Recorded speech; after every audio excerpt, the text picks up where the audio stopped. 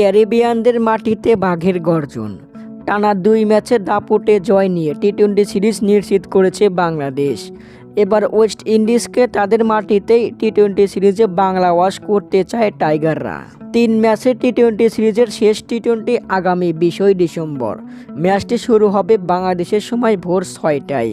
শেষ টি-20তে টাইগার একাদশে বড় পরিবর্তন।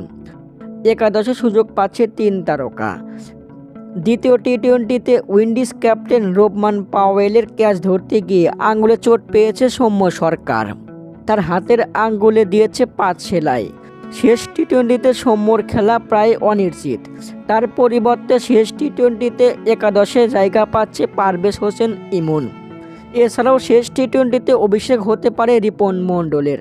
টানা 2 টি-20তে টাইগার 3 পেসার দুর্দান্ত পারফর্ম করায় একাদশে জায়গা পাচ্ছে না এই তরুণ পেসার। তবে শেষ টি-20তে 3 পেসারের মধ্যে যে কোনো এক পেসারকে বিশ্রাম দিয়ে রিপনকে দেখা যেতে পারে একাদশে। এছাড়াও শেখ মেহেদীকে বিশ্রাম দিয়ে নাসুম আহমেদকে একাদশে দেখা যেতে পারে। উইন্ডিজকে বাংলা ওয়াশ করে ওয়ানডে সিরিজের প্রতিশোধ নিতে চায় টাইগাররা। দর্শক, আপনাদের মতামত কি? বাংলাদেশ কি পারবে ক্যারিবিয়ানদের তাদের মাটিতেই বাংলা ওয়াশ করতে? কমেন্ট বক্সে জানিয়ে দিন। ধন্যবাদ।